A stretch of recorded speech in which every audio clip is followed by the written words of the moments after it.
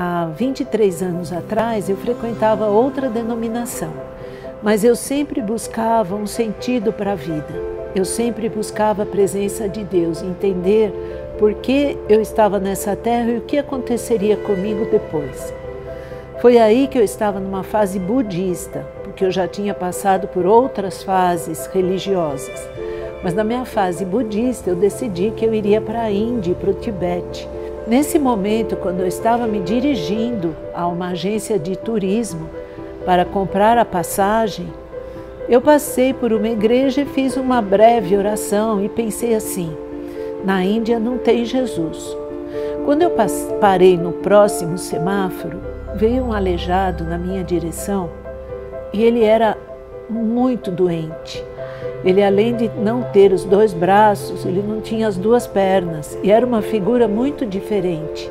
E ele não olhava dentro dos meus olhos, mas eu podia perceber que a esclerótica dele, que é essa parte branquinha do olho, era muito branca e ele não olhava para mim.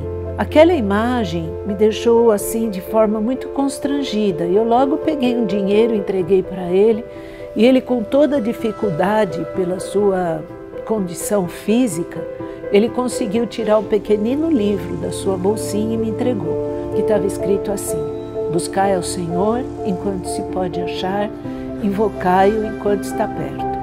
Eu senti uma coisa diferente, eu já vinha sentindo com o encontro com o aleijado, e eu decidi que eu não iria comprar a passagem para a Índia.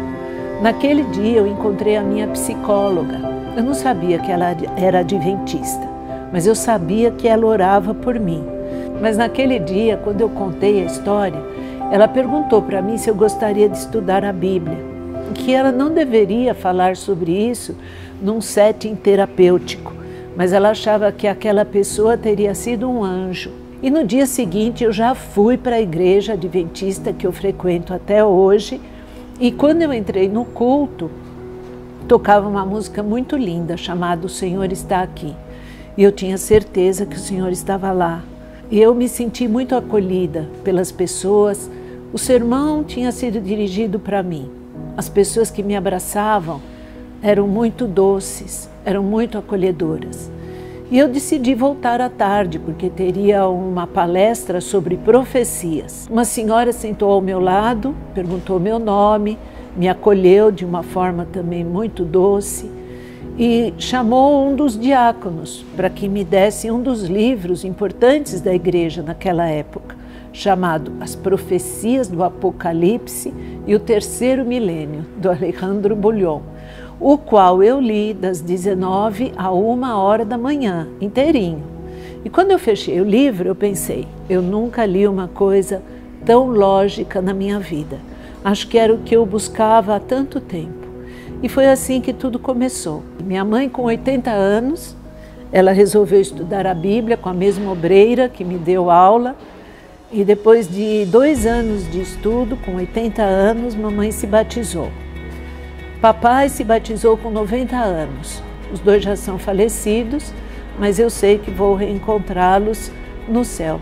Eu sou médica, não trabalho na obra diretamente, mas faço trabalho missionário no meu consultório e faço o possível para que mais pessoas encontrem Jesus.